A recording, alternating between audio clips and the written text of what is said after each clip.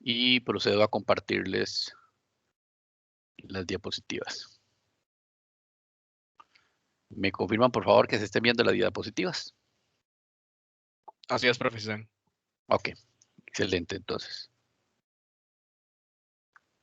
Ok, el día de hoy vamos a ver un poquito de cómo influye la experiencia de nuestros usuarios, ¿verdad? En el diseño o en la manera en la cual nosotros debemos de diseñar las cosas, ¿ok?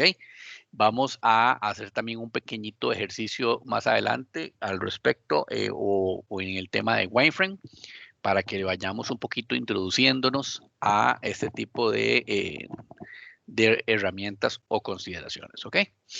Bueno, cuando se presentan problemas en cuanto a la usabilidad de nuestros dispositivos, de nuestras interfaces, etcétera, etcétera, ¿de quién realmente es la culpa? Normalmente los diseñadores, pues de alguna manera siempre se busca una excusa, ¿verdad? O se trata de buscar el origen de la culpa y el diseñador a veces piensa, bueno, no encontré la forma adecuada de poder resolver la situación, de poder exponer, de poder diseñar eh, adecuadamente la funcionalidad, etcétera, etcétera. Y muchas veces nosotros como usuarios nos sentimos frustrados, pero también de alguna manera asumimos la responsabilidad y normalmente por nuestras mentes pasa, ¿verdad? Probablemente, pues si hubiese leído mejor las instrucciones, si hubiese puesto cuidado, por ejemplo, cuando me dieron las instrucciones, etcétera, etcétera, ¿verdad? Entonces, al final, es interesante, ¿verdad? Porque cuando las cosas no suceden, siempre eh, pues viene el tema de quién realmente es el que tiene la culpa. ¿Ustedes qué consideran cuando hay algo que de alguna manera no es lo que yo esperaba, ¿verdad? O cuando hay algo que por alguna razón en particular no logro determinar la forma adecuada de su funcionamiento, ¿quién creen ustedes que es el culpable? Sí, profe, sí tiene que ver como en parte el diseño, cómo se haya desarrollado el trabajo o el diseño, cómo se haya hecho el diseño, cómo se haya implementado. Pero está interesante también esa frase de abajo que dice que no leí bien las instrucciones. Está curioso eso. Sí, ¿verdad? Bueno, a veces la culpa es del diseñador, en definitiva. ¿Por qué? Porque tal vez no supo recopilar bien los requerimientos. Más adelante vamos a darnos cuenta que es la licitación de requerimientos y lo importante que es este tema el tema de específicamente de cómo recupero, cómo recopilo yo los requerimientos. Por eso también, y vuelvo a traer a colación, el tema que les he dicho desde la primera clase, ¿verdad? Es importante conocer bien a nuestros usuarios. Eh, Determinar o estar claro si realmente me están diciendo la verdad cuando yo hago las entrevistas. Más adelante vamos a ver que tenemos herramientas como entrevistas para poder, evidentemente, poder consultar a nuestros usuarios algunas consideraciones o algunas características que deseen poder requerir básicamente dentro de nuestros proyectos, de nuestros diseños, ¿verdad? A veces nosotros tenemos la culpa, a veces no sabemos interpretarlos, a veces simplemente tenemos un diseñador que no tiene la expertise suficiente para poder llevar a cabo el diseño, a veces el recopilador de estos requerimientos no hizo su tarea como debió haber sido, a veces el usuario, por qué no decirlo, es medio mañosito, ¿verdad? Y entonces tal vez no me entrega todo el material. ¿Y por qué a veces encontramos usuarios un poquito complicados? Porque bueno, recordemos que todavía incluso hay una mala idea, ¿verdad? En cuanto a que normalmente nosotros venimos a quitarle el trabajo a la gente, ¿verdad? O sea, que la parte tecnológica viene a sustituir la mano de obra, etcétera, etcétera, ¿verdad? Y depende de la empresa a la cual nosotros vayamos a desarrollarle una interfaz, una solución, ¿verdad? Puede ser que algún empleado o algunos empleados nos vean como posible amenaza y por consiguiente va a ser un poquito difícil que nos revelen la información real tal y como debería de ser, ¿verdad? ¿Eso Profe, qué significa? Nos van a ocultar. Ajá, adelante. de hecho, uno en el curso de documentación de software, a uno le Ujú. explican que hay requerimientos funcionales y no funcionales, Correcto, y que son importantes y saber cuál es cuál. correcto. Eso es sumamente importante y más importante aún es, yo diría, empezar a hacer el manejo o el abordaje, ¿verdad? A nuestros usuarios. Es que hay maneras de poder entrevistar a nuestros usuarios. Siempre tener claro y dejarles claro que nosotros venimos a colaborarles, venimos a ayudarles y ellos deben de colaborarnos y ayudarnos a nosotros para poder, ¿qué? Poder generar una simbiosis y así tener un producto final que sea el adecuado. De lo contrario, va a ser un poquito difícil. Y hay usuarios de usuarios, nos vamos a encontrar usuarios que no nos van a decir toda la verdad, nos van a decir usuarios, nos vamos a encontrar usuarios eh, me imagino que ya ustedes lo vieron en la parte de documentación del software, etcétera, etcétera, pero por ejemplo, cuando nosotros venimos y generamos un listado de requerimientos, hay un acuerdo entre las partes, ese acuerdo entre las partes debe ser firmado con sangre, como le digo yo, ¿verdad? ¿Qué quiere decir eso? Tiene que quedar claro en un documento, ¿verdad? Y ese documento tiene que estar firmado por las partes para que luego no haya una u otra, se pueda quitar. Es muy común que vayamos a encontrarnos usuarios que al final de un proyecto nos digan, eso no es lo que yo hablé, eso no es lo que yo solicité, eso no es lo que yo le dije a usted. Entonces hay que tener muchísimo cuidado con eso, ¿verdad? Siempre es importante y las nuevas técnicas, ¿verdad? Las buenas prácticas hoy por hoy garantizan que de alguna manera no lleguemos a ese punto ahí final complicado, sino que en el camino podamos ir corrigiendo algunas cosas para poder subsanar algunas deficiencias que nos podamos encontrar en el camino, ¿verdad? Entonces también eso es sumamente importante considerarlo. En resumen, ¿verdad?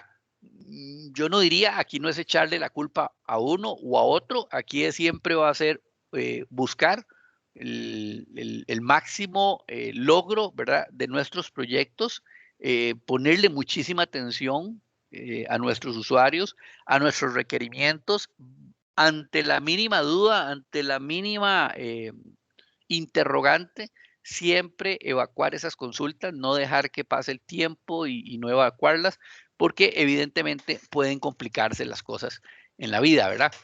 Ahora, en cuanto a la parte de cómo es o cómo podría llegar a ser la experiencia de nuestros usuarios en el día a día, esta diapositiva a mí me gusta mucho que la veamos, porque a veces uno piensa que por ser las cosas muy pro, ¿verdad? Como decimos por ahí, eh, el usuario puede sentirse satisfecho, puede sentirse completamente feliz.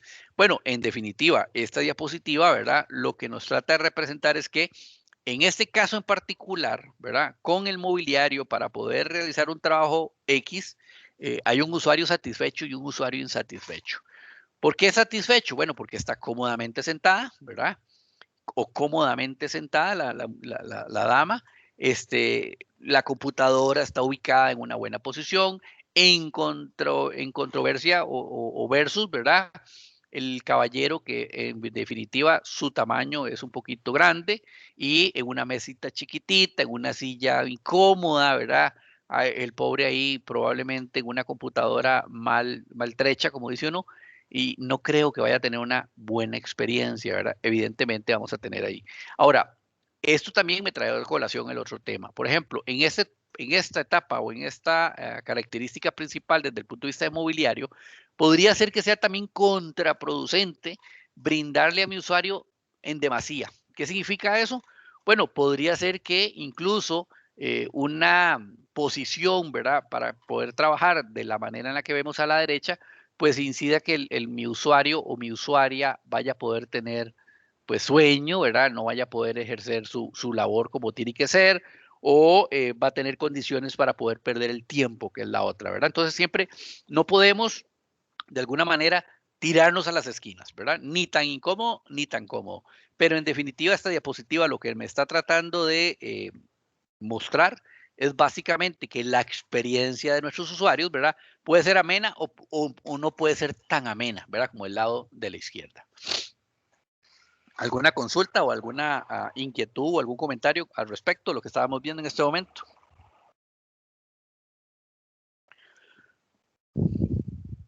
Ok, continuamos entonces. Inicialmente hablamos un poquito sobre el tema de la usabilidad, pero la usabilidad como teoría, ¿verdad? Como tema específico dentro de nuestras organizaciones, especialmente en la parte de diseño de interfaces, ha ido madurando, ¿verdad? Y esa maduración, ¿verdad? Eso que ha ido madurando, ha ido en una poco a poco evolucionando hacia lo que hoy conocemos como la experiencia del usuario, ¿verdad? Entonces, ya no hablamos tanto de la usabilidad, sino qué tan buena experiencia o qué tan mala experiencia tiene mi usuario a la hora de utilizar una aplicación. Por ejemplo, ¿cómo ha sido la experiencia para utilizar Telegram? Por ejemplo, mucha gente me dice a mí, bueno, me es indiferente las dos herramientas que estoy adecuado a utilizar, WhatsApp o Telegram, pues prácticamente funcionan de la misma manera, me permiten hacer lo mismo, etcétera, etcétera, etcétera. Sin embargo, he escuchado versiones, por ejemplo, de algunos usuarios que dicen, no me gusta Telegram porque resulta que de pronto se me oculta el micrófono. El otro día me llama un amigo y me dice, mira, se me desapareció el micrófono para poder enviar mensajes de voz. Y yo, ¿cómo se te desapareció? Que bueno, había tocado una opción, lo ocultó, etcétera, etcétera. Entonces, la gente tal vez no está tan adecuada a la herramienta y por consiguiente la experiencia no es la mejor. Y esa primera experiencia, ¿verdad? Podría ser que le genere de alguna manera, pues tal vez una visión errónea de lo que podría ser nuestra aplicación, nuestra solución en ese momento. Pero en definitiva, nuestros usuarios mandan. Si un usuario en particular, por alguna razón, no se logra adecuar a una interfaz X o Y, es porque hay alguna carencia o alguna consideración que tal vez para ese usuario en particular no fue tomado en cuenta, ¿verdad? Entonces, ahora también recordemos que en herramientas como WhatsApp, como Instagram, como Pinterest, como Telegram, Facebook, etcétera, etcétera, son herramientas masivas, es un poquito diferente pues tomar en cuenta a todos nuestros usuarios, ¿verdad? Sin embargo, se logra a través de estudios que etnográficos, geográficos, etcétera, etcétera, ¿verdad? Psicológicos. Pero cuando estamos hablando de herramientas o interfaces que están diseñadas para un público meta en particular, llámese tal vez el usuario final que nos contrató, entonces hay que ponerle muchísima más atención. Ahí sí, cuando tenemos o cuando el usuario de alguna manera no logra identificarse o no logra identificar específicamente las diferentes opciones de nuestras interfaces, ahí sí tenemos que poner mucho cuidado, porque normalmente ese tipo de soluciones son soluciones hechas a la medida y ahí hay que tener un poquito más, ¿ok? Eh, ¿Qué es la experiencia del usuario? Bueno, se enfoca, ¿verdad?, en toda la gama o en toda la experiencia completa, de inicio a fin. No solo es la interacción, ¿verdad? No solamente la interacción, sino que es todo, es un todo. Es cómo se manipula la información, cómo se ve, cómo accedo yo a la aplicación, qué tan fácil o qué tan difícil es actualizarla, etcétera, etcétera, etcétera, ¿verdad? Los métodos y herramientas de diseño centrado en el usuario, o sea, lo que nosotros vamos a conocer a partir de ahora como el DCU, y esto apúntenlo por ahí, seguramente es pregunta examen, entonces apúntenlo por ahí. Permite diseñar productos que se van a ir adaptando, ¿verdad?, en el día a día a todas las necesidades y todas las expectativas que tengan nuestros usuarios con respecto al producto final, ¿verdad? Los productos que van a ir resultando del diseño centrado en el usuario normalmente van hacia la alza en cuanto al éxito, ¿verdad? Tomando en cuenta las evaluaciones de la experiencia del usuario. Y aquí tocamos un tema muy importante, las evaluaciones de la experiencia del usuario. ¿Qué significa eso? Significa que nosotros no solamente vamos a venir y vamos a pedirle al usuario que nos diga qué es lo que desea, o sea, todos los requerimientos, número uno. Y número dos, no solamente le vamos a vender un diseño, le vamos a dar un diseño, también necesitamos tener claro si ese diseño se adapta a todas sus necesidades y ese usuario se encuentra, ¿verdad?, satisfecho con lo que le estamos entregando. ¿Cómo logramos saber o darnos cuenta si este usuario se encuentra satisfecho? Pues de alguna manera, ¿verdad? Muy sencilla, muy fácil, preguntándole. Ahora, para preguntarle, igual necesitamos dejarlo evidenciado y documentado. Por consiguiente, hay diferentes herramientas para poder hacer esto. ¿Cuáles herramientas? Bueno, pues cuestionarios, ¿verdad?, reuniones, etcétera, etcétera, etcétera. Más adelante vamos a ir viendo que cada una de estas herramientas, ¿verdad?, tienen su manera de desarrollarse. y hay que considerar algunos aspectos a la hora de, ¿okay? A la hora de realizarla. Importantísimo, desde el punto de vista de la experiencia del usuario. Necesitamos generar herramientas y constatar que realmente hayan llegado a satisfacción desde el punto de vista de que la herramienta sea usable, ¿verdad? O sea, si yo tengo una herramienta muy colorida, muy bonita, etcétera, etcétera, muy estéticamente muy agradable, pero si no es usable, pues no me sirve de nada. Probablemente la experiencia del usuario no sea la adecuada. Y en definitiva tiene que ser útil, ¿verdad? O sea, de nada me sirve hacer algo que no sea útil. Difícilmente nosotros vamos a generar o vamos a diseñar algo que sea inútil, ¿verdad? No tendría ninguna razón de ser. Importantísimo desde el punto de vista de experiencia de usuario. Bueno, que yo desee seguir utilizándola. Porque en la medida de lo posible que yo logre que mis usuarios se sientan contentos, que deseen seguir utilizando mi interfaz, mi aplicación, pues evidentemente voy a tener seguir teniendo el mercado, ¿verdad? De alguna manera acaparado. Debe ser valioso para el usuario. En definitiva, accesible.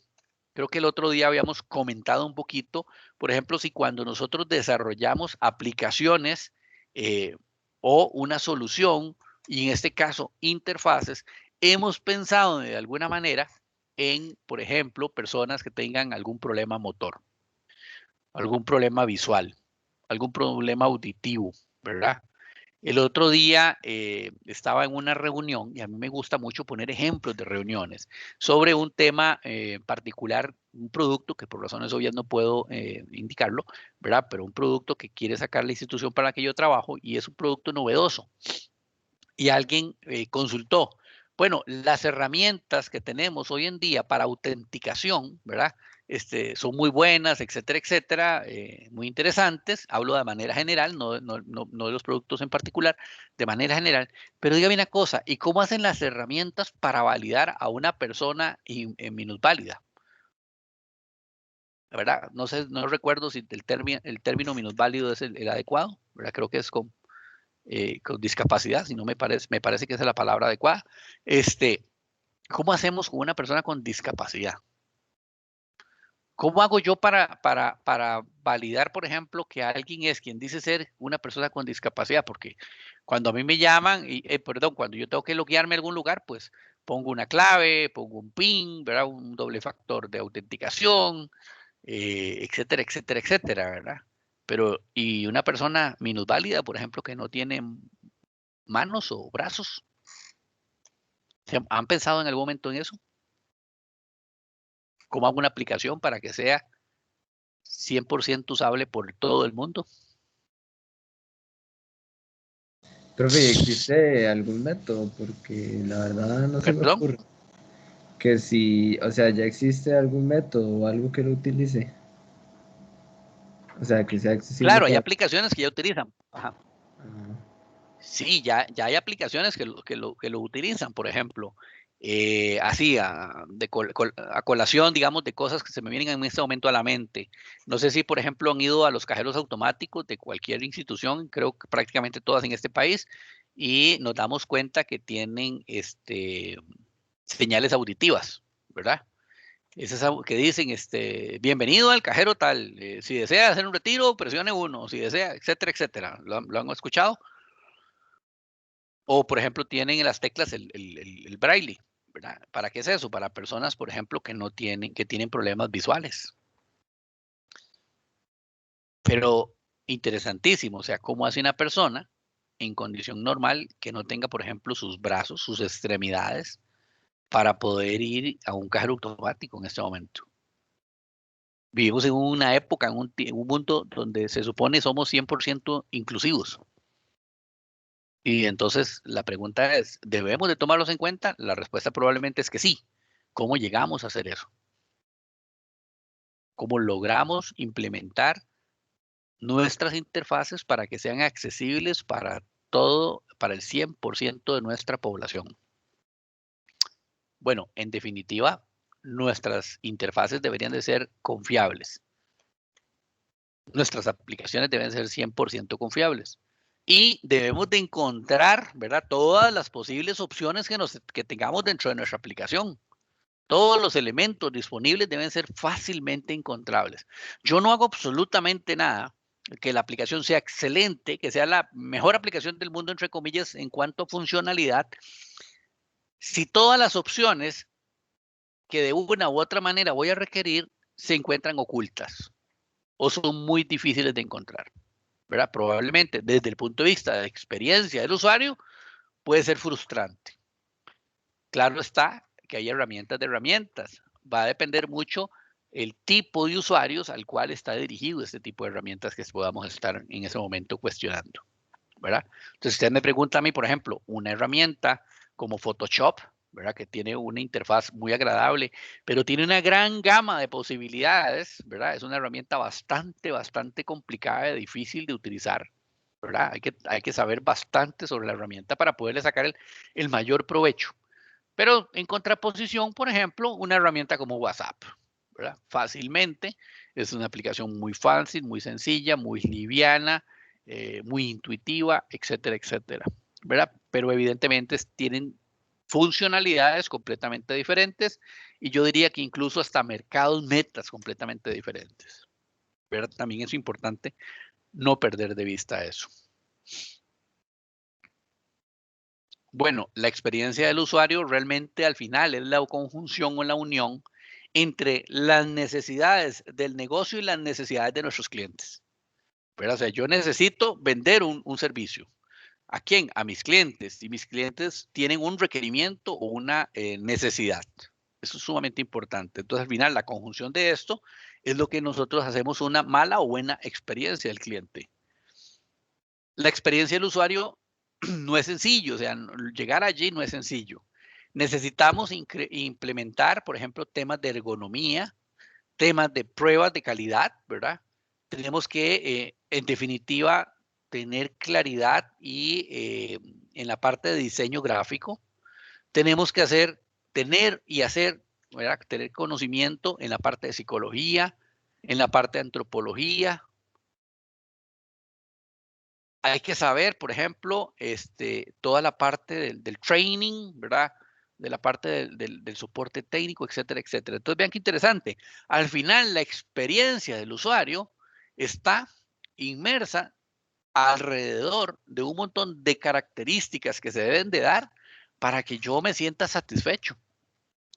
¿Qué significa esto? Significa que, por ejemplo, si yo adquiero una solución y esa solución no tiene un buen soporte, ¿verdad? Cuando hablo de atención a situaciones e incidentes que se puedan presentar, pues probablemente la experiencia no sea la mejor. ¿Por qué? Porque si la solución me da algún inconveniente, algún problema, pues no me voy a sentir satisfecho dado que no recibí la atención que yo requería, que me merecía y que estaba esperando, ¿verdad? Entonces es importante este tipo de situaciones. Definitivamente hay un tema de mercadeo, ¿verdad? No es fácil vender una solución. A los informáticos nos cuesta muchísimo vender soluciones, vender la idea, ¿verdad? Uno, porque pensamos normalmente que pues que es el último boom, ¿verdad? Del mercado y a todos nos gusta, por ejemplo, nuestros productos y nuestras ideas, pensamos que son como nuestros pequeños chiquitos, ¿verdad? Nuestros hijos, pero a veces nos cuesta venderlo. Por eso a mí me encanta, por ejemplo, los proyectos finales como de este curso, porque yo le digo a la gente, mire, no piense en un proyecto final, no piense que está haciendo algo para la universidad, piense que está vendiendo un producto. Y entonces, a mí no me gusta llamar al proyecto final de ustedes, cuando hacen la presentación, la defensa del proyecto, sino que me van a vender el producto. Ustedes me van a vender y le van a vender al resto de sus compañeros, ¿verdad?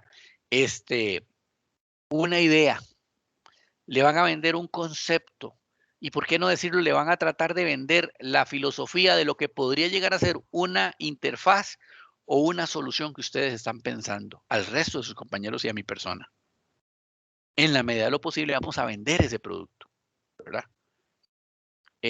Recordemos que esa venta de producto, ahora podemos revisar, si no me equivoco, es en semana 15, porque en semana 14 me parece que es el examen. pero lo podemos corroborar ahora más tardito en el programa. En el programa viene ahí la fecha en qué semana es el proyecto final, pero si no me equivoco es en semana 15. ¿Ok? ¿Preguntas hasta acá? ¿Alguna consulta? Todo muy claro, todo muy aburrido. Cuénteme. Profe, es cierto que, digamos, bueno, de todas esas disciplinas que se involucran para crear la experiencia del usuario, es cierto que no tenemos que tener psicólogos para que nos ayuden a formar a llegar a ese producto, que es la experiencia del usuario, pero digamos, o sea, ¿qué bases o qué fundamentos le dan, por ejemplo, a un especialista que se encarga de crear experiencias de usuario? ¿Cuáles son los fundamentos? ¿Cuál es el estudio que le dan como para que por lo menos tenga ahí una noción de cómo atrapar la psicología de las personas o algo así, o cómo debería entender eso alguien que trabaja en esta área? Ok, importante. Vamos a partir de un hecho. Difícilmente nosotros vamos a poder contar, por lo menos en los ambientes en los cuales nosotros nos desempeñamos, ¿verdad? Con un equipo multidisciplinario como el que vayamos, o como el que deberíamos de poder obtener o tener a nuestro lado, ¿verdad? Número uno. Número dos. Segundo, difícilmente vamos a tener, ¿está en lo correcto usted? Digamos, nosotros todos los conocimientos necesarios, por ejemplo, en cuanto a la parte de ¿qué le puedo decir? De la parte de ergonomía, la parte de psicología, todo el tema de antropología, etcétera, etcétera. Ahora, a mí esa es la parte que me encanta de la parte de ingeniería de sistemas. Yo siempre le digo a las personas, a ver, cuando nosotros estamos hablando de un ingeniero de sistemas, ¿cómo visualiza uno un ingeniero de sistemas? La gente normalmente, uno, cree que nosotros tratamos solamente con máquinas y muchas veces nos creemos nosotros mismos que así es. Dos, la gente cree que sabemos todo y no necesariamente así lo es. O sea, no nos volvemos expertos en absolutamente todas las temáticas de tecnología porque o sea, hay muchas temáticas dentro de tecnología. De tecnología pura tenemos cientos de temáticas en las cuales nosotros podemos estar inmersos. Ahora, si a eso le agregamos que en algunas de estas temáticas es importante contar con algunos otros conocimientos o asesorías de aspectos muy relevantes. Por ejemplo, alguien una vez me decía, bueno, yo soy instalador de cableado estructurado y a mí no me interesa, por ejemplo, saber de nada más excepto de cableado estructurado. Y cuando esa expresión yo la escuché, está completamente equivocado, porque hay un tema de estética también. O sea, no es lo mismo simplemente tirar un cableado estructurado que tirar un cableado estructurado que sea estético. ¿Me explico? O sea, cuando estamos programando, cuando estamos diseñando específicamente, bueno, ¿cuáles colores debo utilizar? ¿Quién me dice a mí si tengo que utilizar el rosado, el morado, el amarillo, el verde, si el verde es el fosforescente, un verde claro, un verde tierno, si el azul es un azul o si es un celeste, un azul marino, un azul, etcétera, etcétera? O sea, ¿qué me dice a mí eso? Alguien me puede decir, bueno, el usuario, porque el usuario me va a decir, por ejemplo, los requerimientos, y él me va a decir específicamente si quiere un color, una tipografía, etcétera. Difícilmente un usuario se va a poner a pensar en tipografía, en colores, por ejemplo, en contraste, en grano, etcétera. Ahora, la pregunta que usted me acaba de hacer es, bueno, ¿qué conocimientos tengo que tener? Así la entendí. En esto, al igual que en mucho en lo que hay en tecnología, debemos de ser muy autodidactas. ¿Qué significa eso? Pues necesitamos leer todos los días. No solamente tenemos que leer artículos técnicos. No sé, por ejemplo, cuántos de ustedes leen los periódicos todos los días. Yo leo todos, prácticamente los periódicos digitales, los que se me permiten, porque algunos periódicos, no vamos a decirle aquí los nombres de marcas, ¿verdad? Para no hacer publicidad.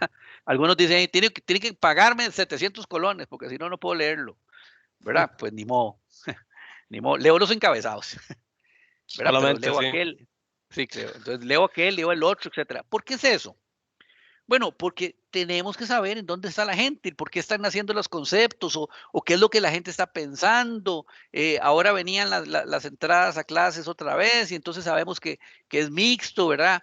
Que es 50% en buena teoría presencial y 50% de tele. pero resulta que no es tan cierto porque los chicos y las chicas de escuela y secundaria van apenas 2 días a la semana y la semana tiene 5 días de clases, entonces no es 50-50. Me explico, o sea, hay un montón de consideraciones. ¿Y por qué cuento esto? Y alguien me podrá decir en este momento, bueno, ¿y qué tiene que ver con el asunto del colegio, la escuela, etcétera, etcétera? Es porque necesitamos ver hacia dónde está yendo nuestro mercado. Por ejemplo, las ventas de computadoras y dispositivos se dispararon. ¿Por qué? Porque estamos en un tiempo, en teoría, bueno, no en teoría no, en un tiempo real de pandemia, ¿verdad? En donde la gente está consumiendo más cosas desde su casa, ¿verdad? Las ventas por internet se dispararon. Y entonces nos vamos dando cuenta hacia dónde se está moviendo nuestro mercado. Hay que saber, por ejemplo, que, bueno, que Samsung liberó un teléfono nuevo la semana pasada. Deberíamos de saber cuáles son, al menos, ¿verdad? Y no es que me lo toque saber de memoria, es que mira, ya sí liberaron un teléfono la semana pasada Samsung, entre un montón de modelos que se han ido liberando, ¿verdad?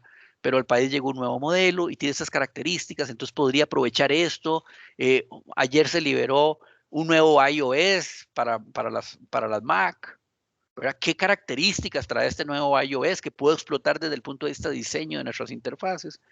Entonces, diseñar interfaces no es nada sencillo. Es más, yo diría, ¿verdad? Es una de las cosas más complicadas si lo tomamos como un trabajo serio, ¿verdad? Dentro de todo el proceso del desarrollo de soluciones.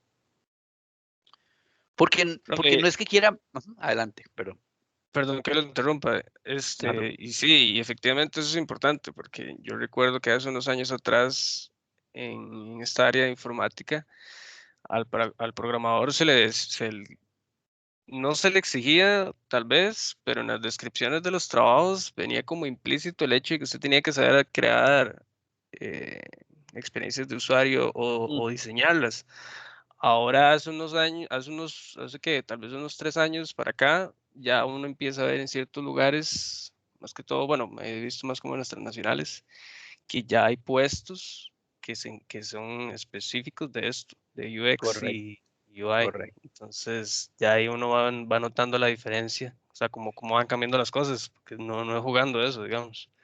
Y es que es muy interesante porque la parte de tecnología hasta hace algún tiempito, diría unos pocos años, ¿verdad? Repito, nos veían como que se sabe de todo. Y estoy seguro que a todos les ha pasado. Son estudiantes y van a las casas donde sus papás, donde sus mamás, donde su familia. Y entonces el chico está estudiando, la chica está estudiando ingeniería de sistemas y es el gurú, ¿verdad? Tiene que arreglarlo todo. Y la máquina me dio tal problema. Mira que mi máquina dio A, B o C. ¿Qué será? ¿Verdad? Es lo primero que no le preguntan. Y por allá le dicen a uno, mire, es que vieras que yo tengo un correo electrónico, ¿me lo puede configurar? Y la gente ve una computadora como una computadora. Dentro de una computadora hay muchísima tecnología, hay muchísimo hardware, muchísimo software que no necesariamente es tan fácil de implementar y considerar. Y tecnología tiene muchísimas áreas, ¿verdad? O sea, hay especialistas en redes, y dentro de redes hay especialistas de subtipos de redes, ¿verdad? Hay especialistas en seguridad, en bases de datos, en sistemas operativos, en experiencia de usuario, en diseño, en programación, etcétera. Normalmente yo participo en proyectos que son un poquito de presupuestos un poquito altos, ¿verdad? Entonces, afortunadamente, cuando hablamos de proyectos donde el presupuesto es alto, pues podemos contar con una serie de herramientas, ¿verdad? Alrededor del proyecto que van a ir satisfaciendo nuestras necesidades. ¿Cuáles son estas herramientas? Bueno, en definitiva, contar como personal multidisciplinario. Entonces, si estamos viendo una solución o estamos tratando de comprar una solución, pues tenemos un experto, por ejemplo, en la parte de redes, un experto en bases de datos, en la parte de experiencia de usuario, evidentemente en la parte del negocio como tal, ¿verdad? Normalmente es la más interesada en el tema de la experiencia del usuario. ¿Por qué? Porque al final es el producto que él va a vender hacia sus clientes y negocio es el dueño normalmente de esos productos. Va a depender mucho del área en el que nosotros nos encontremos.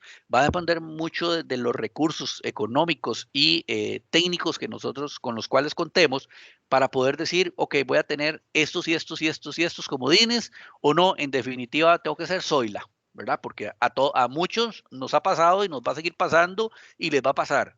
termina siendo Zoila. Zoila, ¿qué significa? De ustedes van a programar, van a tener que ver bases de datos, van a tener que ver asuntos de diseño, van a tener que ver temas de usabilidad, de experiencia de usuario, ¿verdad? Etcétera, etcétera, etcétera. Ahí es donde entonces cabe ¿qué? Bueno, me voy a ir a documentar. Mira, ¿cuáles son los nuevos diseños a nivel web? ¿Qué es lo que cuál es la tendencia en este momento? ¿Qué tipo de imágenes debo de cargar? Que es una pregunta que muy posiblemente se van a hacer en el camino. Bueno, ¿cuál es la mejor imagen para utilizar, por ejemplo, en un diseño? ¿Un PNG, un JPG, un BMP? ¿Cuál? ¿Qué tan grande debe ser? Debo generar un logo. ¿Cómo debe ser un logo? Para generar logos hay toda una teoría, ¿verdad? Que evidentemente no vamos a verla en nuestro curso. ¿Por qué? Porque terminaríamos haciendo un curso solo de logos, ¿verdad? Pero hay toda una teoría. Bueno, ¿qué dicen las buenas prácticas cuando yo voy a diseñar un logo? Lo tengo que hacer complicado, fácil, tengo que hacerlo muy simple, ¿verdad? Un tip por ahí, bueno, Burger King acaba de cambiar de logo después de muchísimos años de utilizar el mismo. ¿Por qué lo cambió? ¿Hacia qué migró? ¿A qué se debió? ¿Verdad? Que Burger King en este momento cambió el logo a nivel mundial. ¿Cuáles fueron las características y las condiciones que tenemos ahora que no teníamos antes? Hoy es más complicado o más elaborado que el de antes. Entonces vean que ese tema no es un tema solamente de tecnología. Por eso es que es importante que los ingenieros de sistemas, específicamente nosotros, por ejemplo, personas como en este curso, podamos leer, investigar y darnos cuenta qué es lo que está pasando en el mundo entero, cuál es la tendencia, porque de lo contrario va a ser muy difícil, ¿verdad?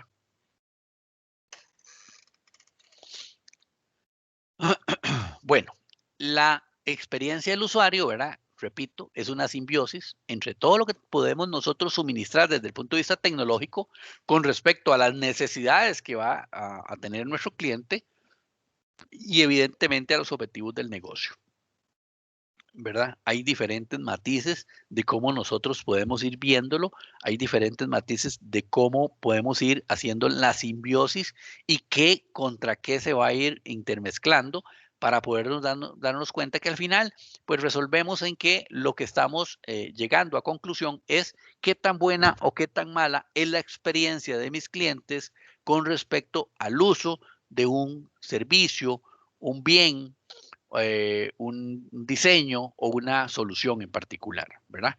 Entonces, vea que siempre todo va a rondar en base a qué? A la tecnología, evidentemente, a la parte de las necesidades, la parte del diseño, la parte del negocio. Hay muchas áreas y muchas aristas, por ejemplo. Necesitamos ver, por ejemplo, desde el punto de vista del negocio, del business, ¿verdad? Vamos a ver, bueno, cuál es la visión que tiene nuestro negocio, cuál es su objetivo. Vamos a tener un presupuesto, lo que estábamos hablando ahora, va a depender mucho del presupuesto que tengamos, económicamente hablando, ¿verdad? Desde el punto de vista de tecnología, vamos a tener un tema de rendimiento. De nada nos sirve hacer una super aplicación, que qué linda que se ve, etcétera, etcétera, colores geniales, 4K, si en cuando hablamos de rendimiento, la solución no nos funciona, ¿verdad?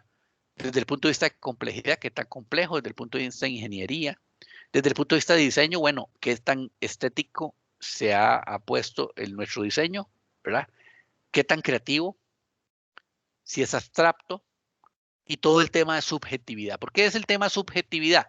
Porque en definitiva todas las personas somos seres individuales y por consiguiente todos vamos a tener una opinión específica, ¿verdad? Sobre un producto en particular. Hay gente que tiene, yo diría, una mala impresión de una institución en particular. Y uno le puede preguntar 1000 veces que cómo ve la aplicación y lo que le va a decir es de rebote que no le gusta la empresa de la solución, ¿verdad? Hay gente que, por ejemplo, yo le pregunto, mire, ¿a usted qué le parece la aplicación que tiene el banco A? No, mira que es que, vea, ese banco a mí me cobró unas comisiones. No, mire, yo le estoy preguntando por la aplicación, no por el banco. Sí, pero es que el servicio que brindan. Entonces, recuerden siempre que de alguna manera la subjetividad va a estar inmersa dentro de la experiencia de nuestro usuario, ¿verdad? Hay usuarios de usuarios, hay usuarios que nunca los vamos a lograr comprender, ni los vamos a poder subsanar, digamos, sus necesidades por una razón en particular. Bueno, dentro de la experiencia del usuario, por ejemplo, ¿qué es la interfaz? Bueno, en definitiva, lo que está sucediendo en la pantalla, ¿verdad? La interfaz es todo lo que nosotros estamos viendo en la pantalla. Y la interfaz obviamente se encuentra inmersa dentro del artefacto que está utilizando nuestro usuario, ¿verdad? ¿Mediante qué? Mediante lo que él visualiza o se encuentra delante de la pantalla, ¿verdad? Y esa simbiosis o esa interacción, ¿verdad? Es lo que nos va a decir si nuestro usuario tiene una buena o mala experiencia con el uso de nuestra interfaz, ¿verdad? Importantísimo esa parte que lo consideremos. ¿Para qué sirve todo este rollo que nosotros hemos estado hablando?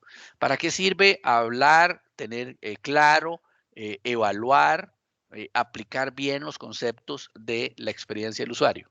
Bueno, en definitiva, para entender a nuestro usuario, para saber qué es lo que realmente necesita nuestro usuario, para saber cuáles son sus objetivos y qué lo frustra. No sé si se han dado cuenta o si les ha pasado. ¿Conocen algún usuario frustrado con una aplicación en particular o con la tecnología en general? ¿Alguien ha tenido esa experiencia, esa mala experiencia? Los padres de uno, tal vez. A veces los padres de uno, sí. A veces los padres de uno. Uno llega al rescate y nos trata de como de ayudar. Bueno, yo diría que sí, como, bueno, poniendo ejemplos así, un poco más amplios, tal vez como usted mencionaba, algunos usuarios de aplicaciones de bancos, que es, inclusive hasta a nivel personal uno se frustra con esas experiencias. Sí, claro, digamos, hay temas de temas, digamos, las aplicaciones bancarias ya de por sí son un poquito complicadas. Yo diría que por la razón de ser, ¿verdad? Número uno. Número dos, vivimos en una época muy complicada en donde pues prácticamente tenemos al acecho, ¿verdad? Gente mala vida, gente que quiere pues robar los bienes, etcétera, etcétera. Por razones obvias, los bancos deben de proteger mucho sus intereses. ¿Y cuáles son sus intereses? En realidad, pues los fondos de los clientes, aunque muchas veces la gente no lo vea así, ¿verdad? Yo que toda mi vida he trabajado en banca, sé, digamos, las implicaciones que tiene dentro de las organizaciones este tipo de situaciones. Entonces, ya las aplicaciones de por sí son un poquito toscas, a veces feas, ¿verdad? Aunque hay sus excepciones y aquí en algún momento yo voy a hacer una consulta y yo casi que ya sé la respuesta, pero siempre me gusta sondear, ¿verdad? Con mis alumnos esa posible pregunta. Pero desde el punto de vista de usabilidad, de experiencia, a veces tenemos, ¿verdad? Usuarios que no han tenido la mejor por una u otra razón.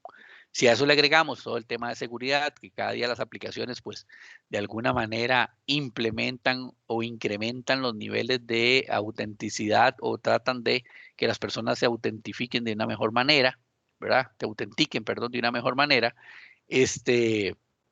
a veces es un poquito complicado. El tema de, por ejemplo, de que las aplicaciones tengan doble factor de autenticación, no siempre es bien recibido. El tema de que, por ejemplo, si voy a hacer una transacción, que me manden un código, etcétera, etcétera. La tendencia incluso fuera de este país, hoy por hoy, desde el punto de vista es eliminar las claves. ¿Sabían eso? ¿Sabían que la tendencia a partir de ahora es eliminar las claves ya? Sí, yo, bueno, al menos algo yo había escuchado, pero no recuerdo cuál era la alternativa de no sé si eran métodos biométricos o algún otro, como la huella. Normalmente utilizar métodos biométricos es una muy excelente alternativa.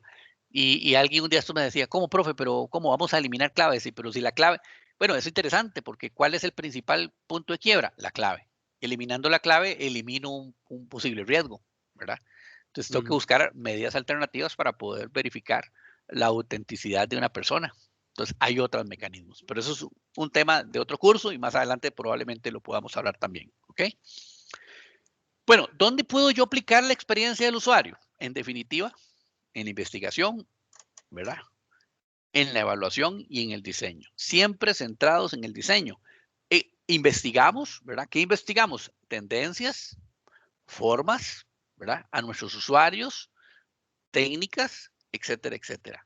Las llevamos a la práctica en el diseño. Y una vez que diseñamos, evidentemente debemos de constatar si lo que estamos planteando es lo adecuado. Si el usuario se sintió satisfecho, si el usuario se siente bien, ¿verdad?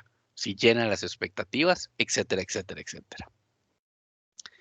Algunos tips para aplicar la experiencia del usuario en nuestras interfaces. Ahora sí. Cuando estemos diseñando una aplicación, vamos a considerar lo siguiente. Siempre vamos a tratar de ponernos, y yo siempre digo, en los pies o en los zapatos del usuario, ¿verdad? Vamos a intentar ver la interfaz. Vamos a tratar de pensar que nosotros somos realmente el usuario y vamos a tratar de descubrir si por alguna razón en particular entre todas las opciones que yo le voy a brindar a mi usuario, me pierdo, ¿verdad? Ese ejercicio es interesante. A veces llegamos a la conclusión de que estamos planteando una interfaz y que nosotros mismos, que nosotros la hemos diseñado, de pronto no sabemos de dónde estamos ubicados dentro de esa solución o esa interfaz. Si nosotros, que somos técnicos, que somos conocedores y que evidentemente la hemos diseñado, por alguna razón dudamos, podremos imaginarnos a partir de allí qué le puede pasar a nuestros usuarios. Que como usted lo acaba bien de decir, podría llegar a ser cualquier usuario, incluso nuestros padres.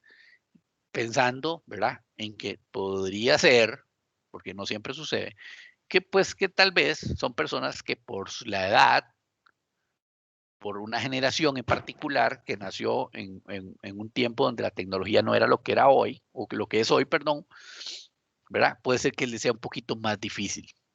Aunque conozco gente de muy alta edad, ¿verdad? Ya gente grande, dice un amigo mío, ¿verdad?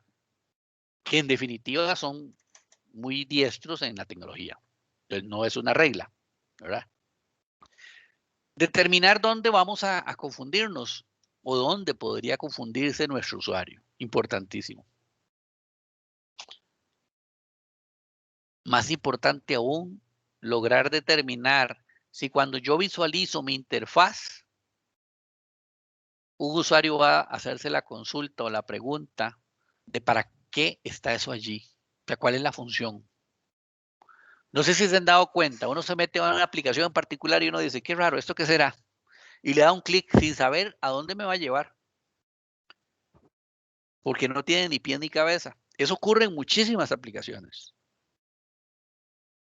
Si usted por alguna razón logra detectar que en el diseño de su interfaz está ocurriendo esto, lo ideal es, ok, hagamos una reingeniería, veamos a ver qué está mal, rediseñémoslo, reorientémoslo y vamos de nuevo.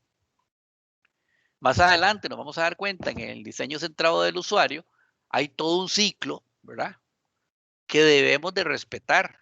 Y ese ciclo se puede repetir una y otra vez hasta que consideremos que hemos llegado al nivel de madurez suficiente de nuestra interfaz como para poder satisfacer las necesidades de nuestro usuario. Bueno, visualizando lo que acabamos de hablar, en teoría, yo diría, abarcamos, ¿verdad?, un alto porcentaje, de las opciones que nosotros deberíamos de evaluar desde el punto de vista de experiencia del usuario. Hay algunos métodos que nosotros podemos aplicar y aquí vamos a hablar de algunos y vamos a tratar de utilizar algunos desde el punto de vista de la experiencia del usuario. Por ejemplo, cuando estamos haciendo la investigación, bueno, evidentemente vamos a poder utilizar encuestas y cuestionarios. ¿Qué le vamos a preguntar a nuestro usuario? Bueno, consideraciones o aspectos importantes desde el punto de vista de lo que pretende, sus objetivos, cuáles son las características, cuál es el problema que lo atañe, etcétera, etcétera, etcétera, ¿verdad? Mediante la observación también vamos a poder hacer algunas cosas. Nosotros podemos ir a sitio, visualizar cómo está trabajando nuestro usuario. Por ejemplo, importantísimo, en el proyecto final, no sé cuáles van a ser, ya deberíamos ir viendo más o menos un poquito o deberíamos ir pensando cuáles van a ser los temas del proyecto final de ustedes. Cada uno de ustedes va a proponer. Y hoy vamos a hablar un poquito ahora en la segunda etapa de ese proyecto final. Entonces ya ustedes deberían de ir tener claro o plantear en este momento cuál va a ser el proyecto. Bueno, si el proyecto lo estoy definiendo en algún sitio particular, no sé, se me ocurre, en una venta de helados, bueno, obviamente yo le voy a preguntar a mis usuarios cómo hace la tarea, etcétera, etcétera, pero puedo ir a ver a la venta de helados cómo se hace toda la venta. ¿Para qué? Para poder determinar si, por ejemplo, en el proceso manual de la venta de helados, ¿verdad? Yo puedo modificar algo que va a servir o puedo capturar algo que va a servir para poder llevar a plenitud una eficiencia cuando estoy presentando una solución tecnológica. Porque si lo que voy a hacer es trasladar a la parte tecnológica el proceso manual que se hace, pues no tienen mucha razón de ser. No estoy aportando nada. Aquí la idea siempre es que nosotros vayamos a ¿qué? A dar un valor agregado. Que nuestra interfaz, que nuestro diseño, que nuestra solución le vaya a dar un valor agregado al usuario. ¿Cuál es ese valor? Bueno, tendremos que determinarlo. Menores gastos, mejores ganancias, rapidez, eficiencia, etcétera, etcétera. Bueno, además en la investigación podemos ver entrevistas contextuales, grupos focal, lo que se conoce como, por ejemplo, lluvias de ideas también en la parte card sorting, ¿verdad? Etcétera, etcétera, etcétera. Podemos ver muchísimos estudios o poder hacer muchísimos estudios, ¿verdad? Cuando estamos diseñando, bueno, ¿qué podemos utilizar? Vamos a hablar de prototipado. Aquí vamos a hablar mucho sobre prototipado y a partir de ahora también vamos a empezar ya, la otra semana es la semana 5, la otra semana tienen examen ustedes. Entonces, la semana 4, semana 5, semana 6, vamos a empezar a hacer un poquito de prototipo, ¿verdad? Ya vamos a empezar a dibujar un poquito más. Podemos hacer, por ejemplo, storyboarding, que no es ni más ni menos que básicamente contarle a nuestros usuarios, ¿verdad? Cómo podría llevar a cabo el desempeño o la interacción con las interfaces, ¿verdad? Es como contar una tira cómica que le cuenta o que le representa al usuario cómo debería utilizarlo.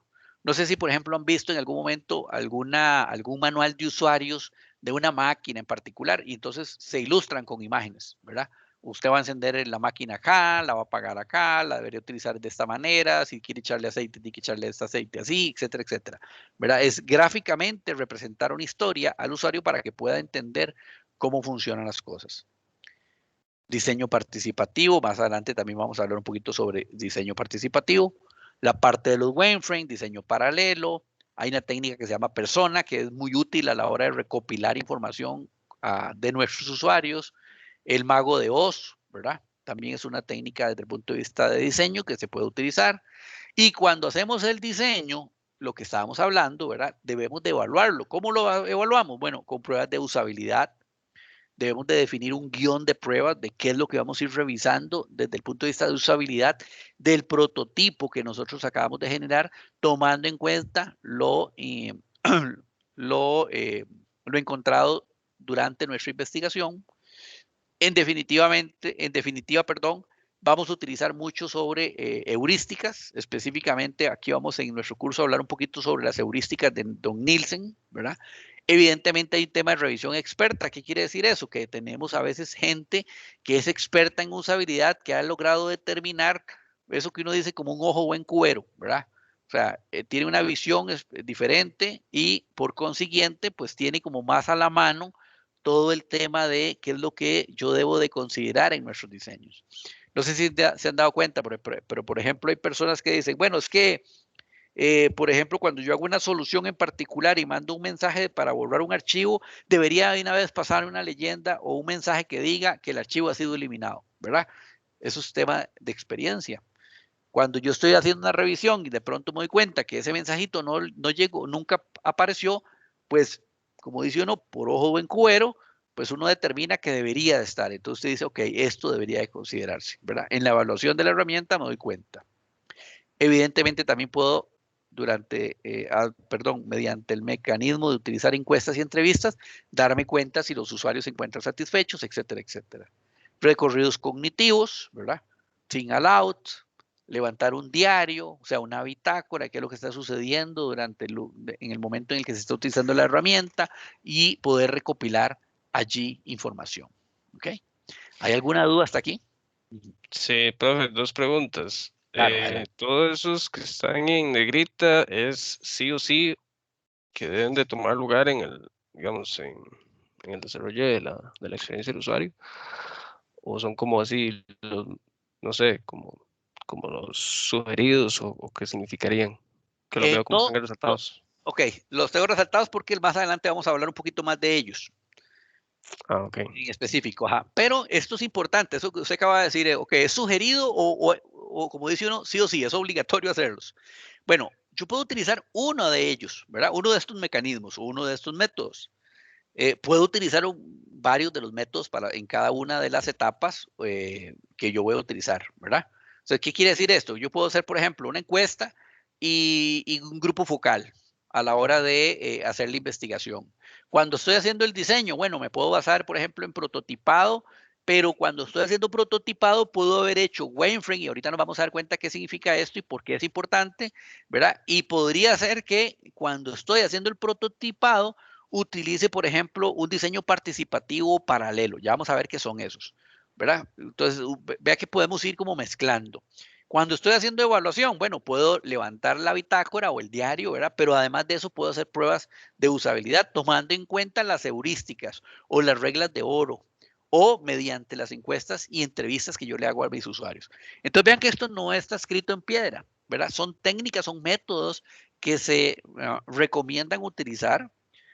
Cada uno de estos métodos tiene sus características, sus complicaciones, su tiempo de demora y evidentemente su costo, tanto técnico como económico, para poder ser utilizados, ¿verdad? Va a depender mucho del tipo de organización, el tipo de diseño o interfaz que estoy desarrollando y siempre en esto hay una palabra clave, depende. ¿Depende de qué? Depende de las características propias de mi proyecto, ¿verdad? No hay una receta de cocina. Depende mucho del usuario al cual yo estoy realizando el trabajo. Depende mucho de la celeridad con la cual yo debo de desarrollar mi trabajo. Hay momentos en los que ustedes van a decirles, miren, necesitamos desarrollar una interfaz y tiene 15 días para hacerlo y se acabó. Y en 15 días haga encuestas, entrevistas, observaciones, estudios etnográficos, haga el prototipo y haga pruebas de usabilidad. No nos va a dar tiempo, ¿verdad? Hay proyectos en donde le dicen a usted, mire, tiene un año para desarrollar el proyecto. Entonces vean que la respuesta de las preguntas normalmente va a ser mucho depende. Y aquí yo soy muy, muy claro, soy muy sincero y muy enfático. La teoría, ¿verdad? La teoría, pues nos exige, nos pide mucho, ¿verdad? La literatura nos da muchísimas herramientas, pero a la hora de la hora, a veces es un poquito complicado poder implementar todo lo que nos dice la teoría y las buenas prácticas. ¿Por qué? Porque a veces la verdad de las cosas es que las buenas prácticas, es eso, son buenas prácticas, pero a veces dentro de nuestras empresas no se cuenta con el tiempo ni el recurso necesario. Perdón, entonces a veces hay que sacrificar un poquito.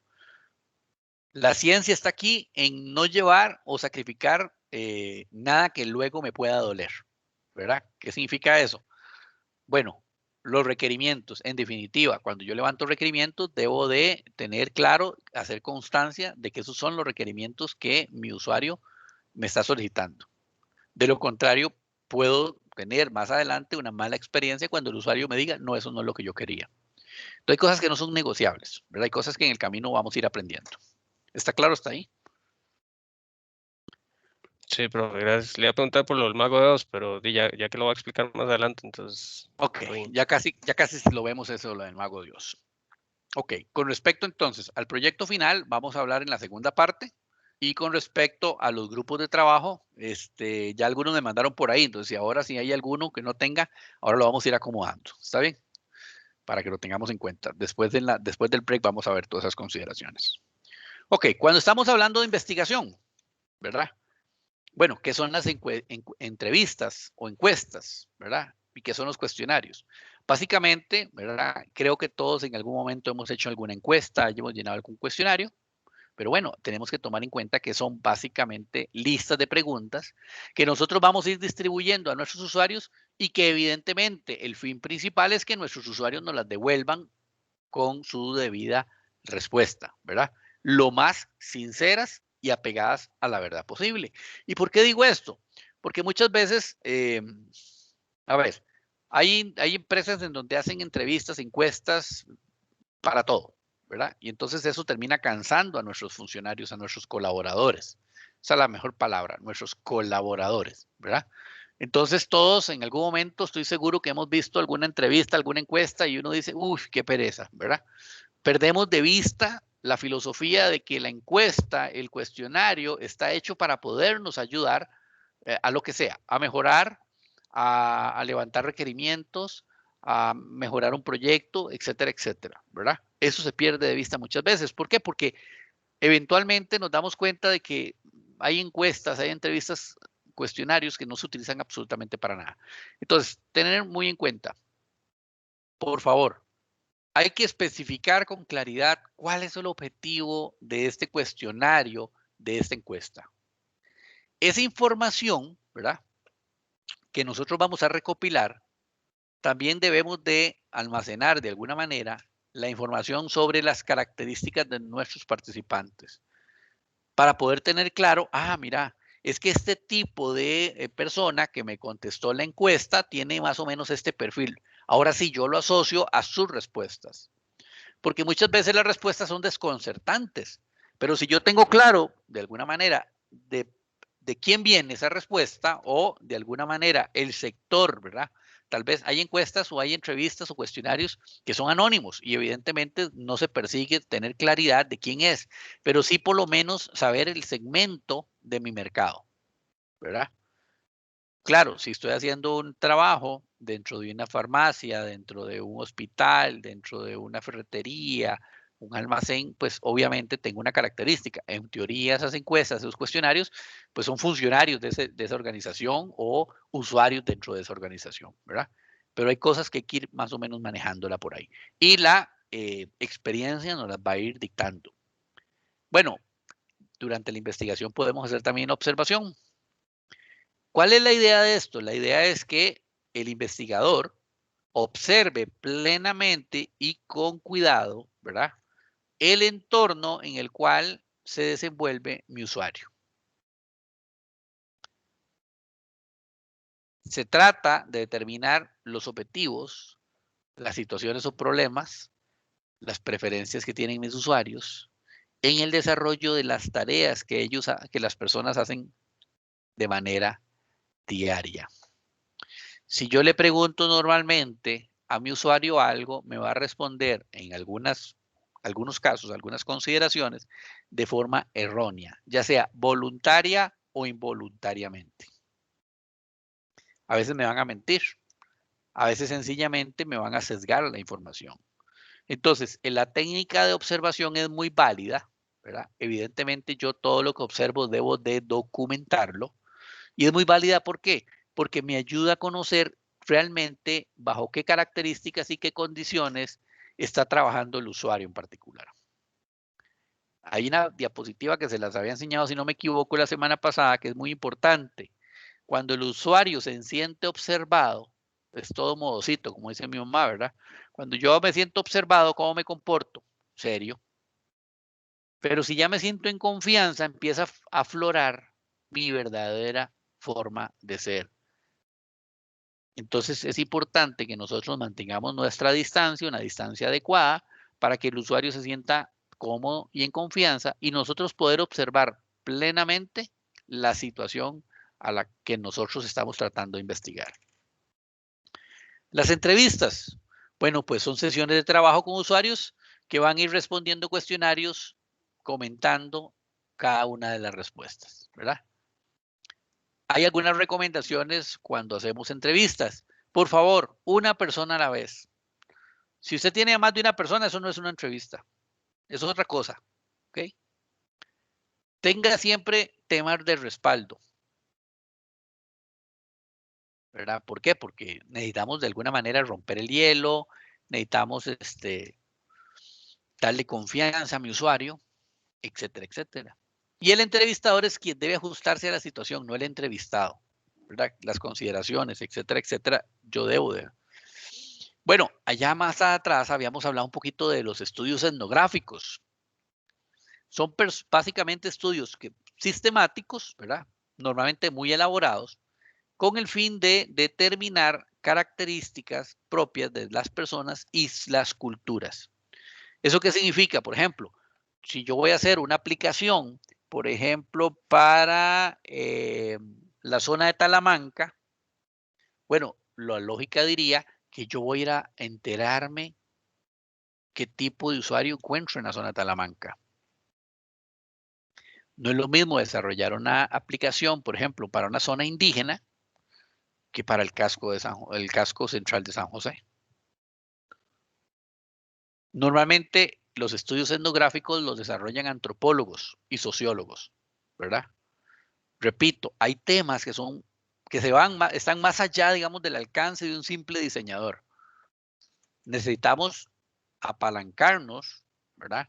Necesitamos apoyarnos con otros profesionales de diferentes ramas que nos van a servir a formarnos un criterio absoluto y más global. Claro, alguien puede estarse preguntando en este momento, caray, y si yo quiero hacer una aplicación para por ejemplo, no sé, para la venta de pizza de la esquina, tengo que hacer todo esto. Pues bueno, lo ideal es que se hiciera, pero por razones obvias no voy a contar con todos los recursos para hacerlo. Aquí lo importante es que nosotros tengamos claro que en la medida de lo posible, cuando hacemos, por ejemplo, soluciones que son más globales, necesito forzosamente contar con una serie de profesionales en diferentes disciplinas que me van a orientar con el fin de tratar de encontrar todas las características que debe llevar mi solución para satisfacer en la medida de lo posible un mercado mayor. Pero repito, si la aplicación es para la venta de comidas o pizza de la esquina, pues evidentemente, bueno, depende, porque si la venta de comidas es la de McDonald's, ¿verdad? Sin querer dar el comercial, pues probablemente sí cuentan con el recurso, pero si es la del vecino de toda una vida en mi barrio, ¿verdad? Probablemente no tenga los recursos. Entonces me toca a mí ir a ejercer un poquito cada una de estas funcionalidades. El usuario o el DCU, a través de entrevistas contextuales, está fuertemente relacionado con todo lo que son los estudios etnográficos. ¿Por qué? Porque evidentemente cuando cuando hacemos entrevistas a nuestros usuarios, pues de una u otra manera nos estamos dando cuenta, ¿verdad? ¿Quiénes son esas personas? ¿Dónde está inmersa? Por eso, por ejemplo, a mí me gusta mucho conversar con ustedes la primera clase y siempre les pregunto de dónde viven, si trabajan, a veces les pregunto las edades, etcétera, etcétera, porque es parte de la idea. La idea mía es conocerlos a cada uno de ustedes. Dame cuenta, por ejemplo, cuando me dicen que en la zona estaba lloviendo a torrenciales y de pronto yo veo en el anuncio por allá, en el pronóstico del tiempo, que estamos en verano puro, ¿verdad? Entonces, cosas como esas. Las entrevistas contextuales. Los investigadores ven y escuchan a todos los participantes en sus entornos, ¿verdad? Hay algunas recomendaciones. Evitar tener una lista de preguntas fijas no es la idea, ¿verdad? Hay que definir un enfoque primero, o sea, un tema en particular. Evite tener discusiones sobre tecnología. Aquí no se trata de cuál es el mejor vendedor de hardware, por ejemplo, si me gusta el Apple, si me gusta el Samsung, si me gusta el Android, si me gusta el iOS, si me gusta Windows o si me gusta Solaris, eso no importa, ¿verdad? Sobre tecnología tratemos de no discutir en ese momento, no llevar la contraria.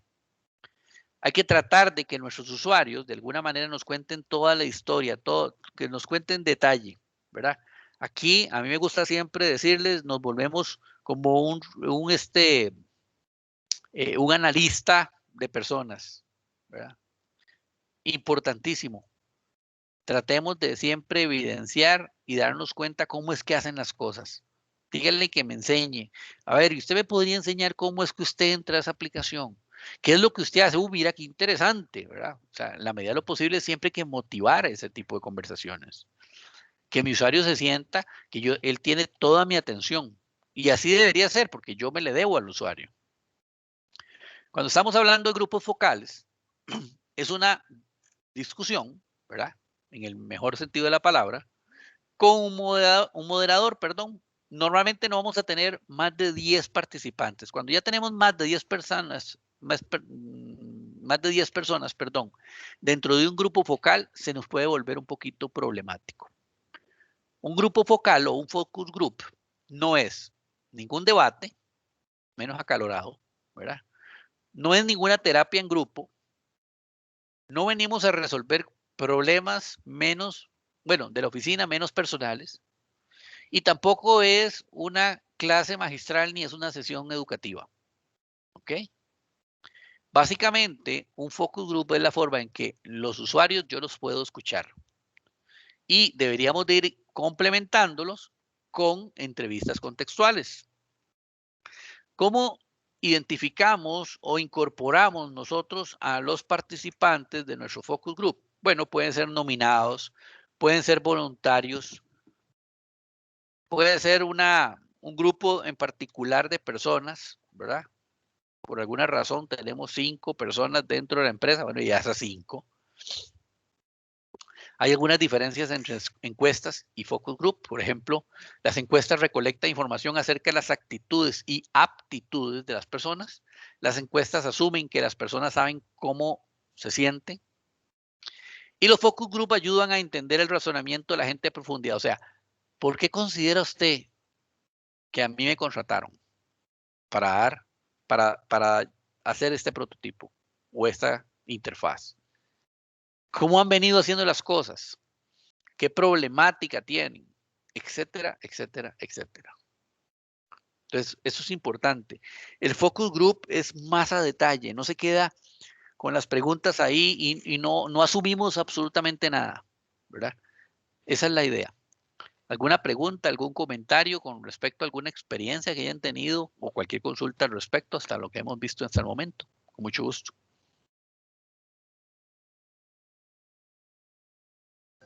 Todo bien, profe, por mi parte. Todo bien. Todo entendible. O todo muy aburrido. Cuéntame. No, a mí sí me gusta. Ok, perfecto.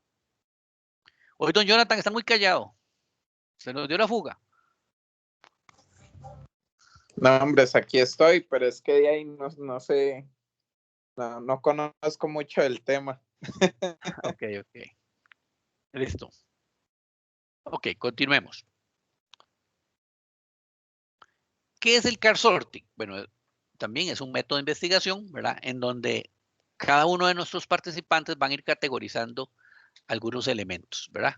Tenemos de varios tipos, tenemos híbridos, tenemos abiertas, ¿verdad? Donde nosotros vamos a ir escogiendo categorías o cerradas, en donde el observador o el que va a dirigir, ¿verdad? Define las categorías. ¿Qué es esto? Bueno, evidentemente cuando estamos, por ejemplo, haciendo un diseño de una solución o de una aplicación en particular, la temática tiene que ser con respecto a la solución que estamos haciendo, ¿verdad? O sea, no vamos no, repito, ni el focus group ni el car sorting son terapias ni grupo ni nada por el estilo. Porque una vez me pasó, una vez hace algún tiempo estuve inmerso en un proyecto en particular, nos reunieron y de pronto estábamos haciendo un tema ahí de car sorting y entonces alguien preguntó, o sea, no le encontraba el sentido. Entonces, la persona que estaba dirigiendo el equipo llegó y dijo, no, es que es para romper el hielo. Entonces, son dos cosas muy, muy distintas, ¿verdad? Aquí es un tema de específicamente para poder determinar, por ejemplo, requerimientos, problemáticas o condiciones con respecto a un proyecto que se requiere o que se está en función en ese momento en plena función, ¿verdad? Y no es un asunto para romper el hielo por aquello. Porque también cuando estamos rompiendo el hielo, pues podemos hacer uso de ciertas herramientas como para poder ir integrando el trabajo en equipo, ¿verdad? Ahora hay muchísimas temáticas o mecánicas para poder hacer este tipo de cosas, integración de nuestros equipos. Recomendaciones, ¿verdad? De 30 a 60 conceptos y normalmente vamos a tratar de que todos estos conceptos que vamos a utilizar sean lo más gráficos posibles para evitar pues que las personas de alguna manera se aburran. La lista abierta básicamente es una técnica de recolección en donde se le va a los participantes, se le va a solicitar, ¿verdad? Que listen todo. En pocas palabras, una lluvia de ideas. ¿Qué significa esto? Significa, por ejemplo, yo voy a hacer una aplicación que me va a servir para controlar, no sé, los parámetros químicos de una pecera marina, ¿verdad? De agua marina. Entonces por ahí alguien dijo, bueno, ¿qué vamos a controlar? Ah, bueno, mira, vamos a controlar la salinidad, vamos a controlar, por ejemplo, el CO2 que maneja el agua, vamos a controlar el pH, etcétera, etcétera, etcétera. Entonces vamos a ir poniendo dentro de una lista, ¿verdad? O una lista abierta, una lluvia de ideas, vamos a ir poniendo posiblemente los elementos que nosotros vamos a considerar para poder desarrollar nuestra solución, en este caso nuestra interfaz. Incluso podríamos ir más allá, podríamos decir, bueno, vamos a generar menús y en estos menús vamos a poner estas A, B y C opciones, etcétera, etcétera, etcétera, ¿verdad? La idea es que todos participemos. Esto nos va a ir llevando poco a poco a un tipo de diseño que se conoce como diseño participativo, ¿verdad? Ahora, no hemos llegado a la parte de diseño. Estamos hablando un poquito sobre la parte de requerimientos o la parte de investigación inicial. ¿Para qué? Para poder llegar a una conclusión y conocer mis usuarios, conocer mis requerimientos, mis características y mis condiciones que se encuentran dadas en este momento para poder llevar a cabo mi posible diseño. ¿Está claro hasta ahí? Sí, correcto. Ok, ahora sí. Vamos a pasar. Digamos que ya hemos visto un poquito algunas técnicas. Evidentemente hay muchas técnicas más, ¿verdad? Desde el punto de vista de investigación. Pero una vez que nosotros tenemos claro, producto de la investigación que hemos desarrollado, qué es lo que necesitamos hacer, vamos a llegar a una etapa que yo diría es la parte, ¿por qué no decirlo? La parte más bonita, ¿verdad? También es la parte más laboriosa del DCU o del diseño centrado en el usuario. Y esa es la parte de diseño. Para poder nosotros diseñar, podemos hacer uso de múltiples técnicas, múltiples herramientas. Aquí también nuevamente hago una observación. Yo no les voy a decir a ustedes, utilicen una herramienta en específico. Cuando hablo de una herramienta, utilicen un software en particular, ¿verdad? ¿Por qué? Porque si no se convertiría en un curso de un software en particular. Y no, la universidad no tiene un curso, por ejemplo, que diga Adobe X o Figma o no sé, Pidoco, ¿verdad? Tiene un curso que se llama Diseño de Interfaces Gráficas. ¿Qué necesitamos nosotros para diseñar? Conocer una serie de elementos, características propias de nuestros usuarios, de nuestros posibles diseños, etcétera, etcétera, para poder más adelante, en algún momento determinado, gracias a una herramienta, poder llevar todos esos conceptos y aterrizarlos en una herramienta. Ahora, lo que sí vamos a hacer en nuestro curso es diseños, ¿verdad? Y esos diseños los hacemos tomando en cuenta o en base a todos los conceptos que hemos estado viendo hasta el día de hoy. Y luego en semana 6 vamos a ver así como muy rápido algunos conceptitos pequeños para poder empezar a dar nuestros primeros pasos desde el punto de vista de diseño. Las primeras veces que diseñamos no es sencillo. ¿Por qué no es sencillo? Porque tenemos, por ejemplo, algunas dificultades. No conocemos la herramienta, ¿verdad? A pesar de que desde semana 1 les he dicho que vayan viendo y explorando algunas herramientas. Profe, ¿cómo las exploro? Es que yo no conozco diseño. Muy sencillo, me meto a Google, ¿verdad? Yo siempre le digo a San Google y le pongo ahí Top 10 herramientas de diseño de prototipos gráficos. Top 10 de diseño de interfaces gráficas. Herramientas para diseño de interfaz gráfica. Y entonces me van a aparecer una serie de herramientas ahí. Ok, voy a ver, mira, esta herramienta, incluso hay comparativos. Bueno, esta herramienta me llamó la atención porque en el comparativo la vi que estaba en el número 10 y el número 9. Voy a ver cuáles son las características. Ah, bueno, porque es gratuita, porque es intuitiva, tiene buena experiencia de usuario, etcétera, etcétera. O no, esta es muy compleja, A, B o C. Porque esta es gratuita, pero además de la otra no es gratuita, sino que es un shareware, tengo un tiempo de prueba de uso.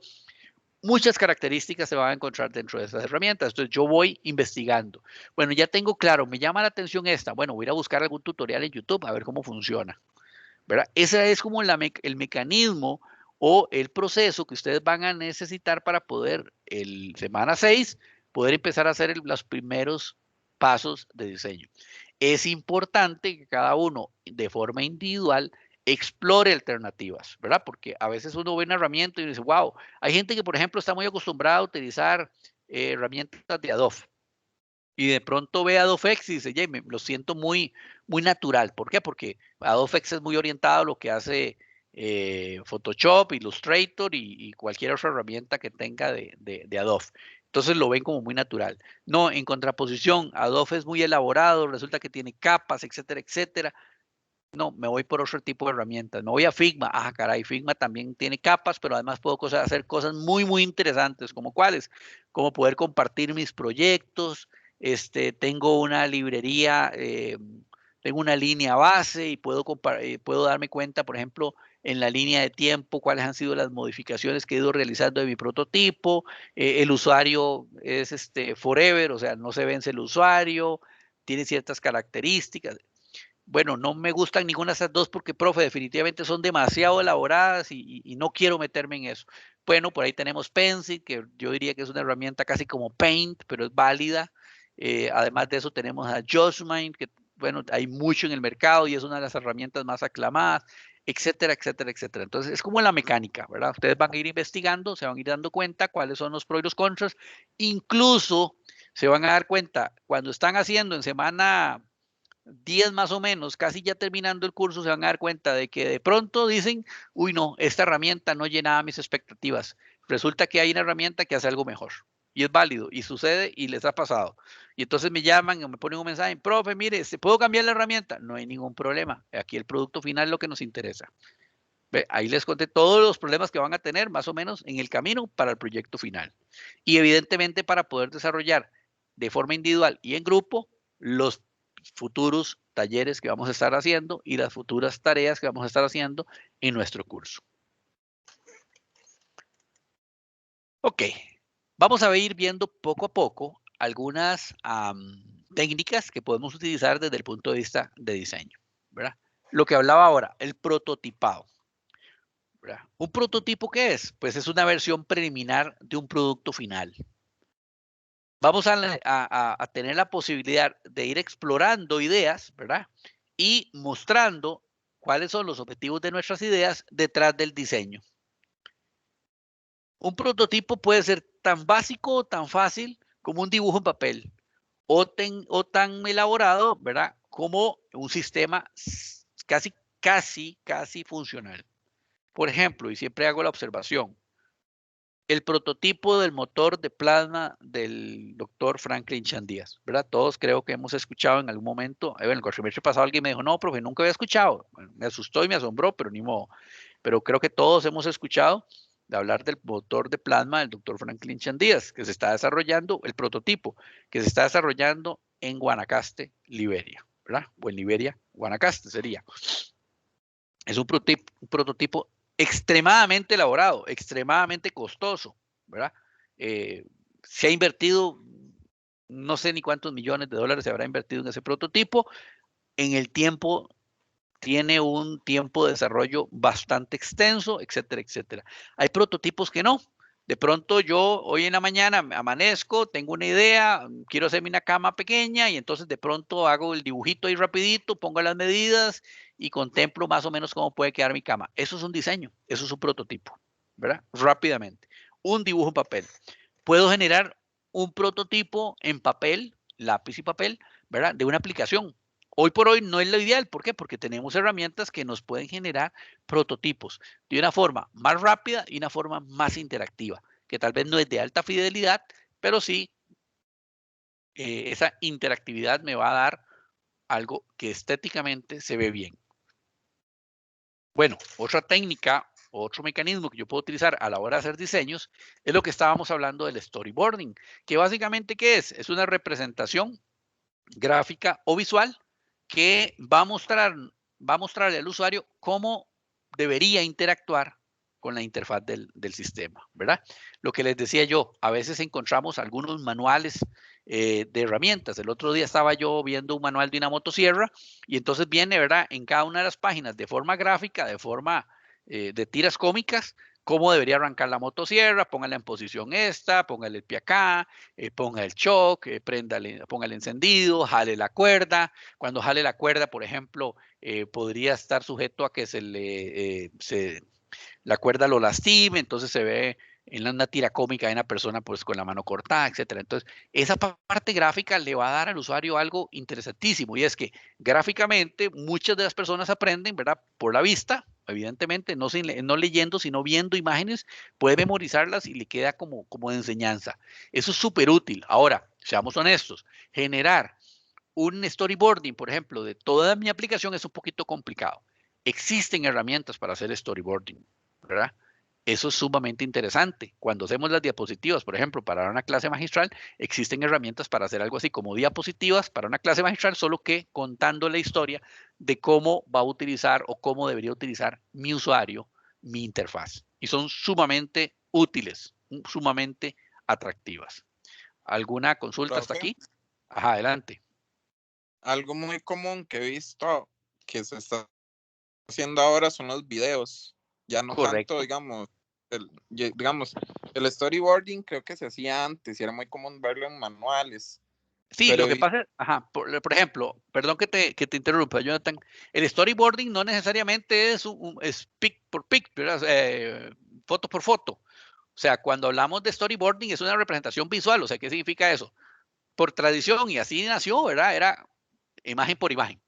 Pero hoy tenemos videos, o sea, hay videos, de hecho nuestra clase de alguna manera, ¿verdad? Se puede generar al final nuestro video y es un storyboarding. ¿Por qué? Porque estamos dando una clase diferida que le va a servir a cualquier usuario en cualquier momento para poder llevar la clase como tal. Entonces sí, es una evolución, digamos, del storyboarding. Evidentemente, hace 20 años no era tan fácil generar un video como el día de hoy. Adelante, perdón que te interrumpiera. no, creo que usted lo dijo Ok, todo. ok. Listo, entonces. Ok, son las 7:30. Si gustan, vamos al recreo. Volvemos a las 7:45 y conversamos un poquito al volver. Traten de ser así como muy puntuales para poder conversar sobre el proyecto final, nuevamente, tocar el tema bien y darles algunos ejemplos y antes de que finalice nuestra clase, ver si ya podemos tener integrados a todos los compañeros en un grupo de trabajo. ¿Les parece? Ok, disfruten Perfecto, entonces profe. del Profe, yo break. le escribí por aparte. Ah, ok, ya casi reviso, es que no Gracias. estaba viendo los mensajes.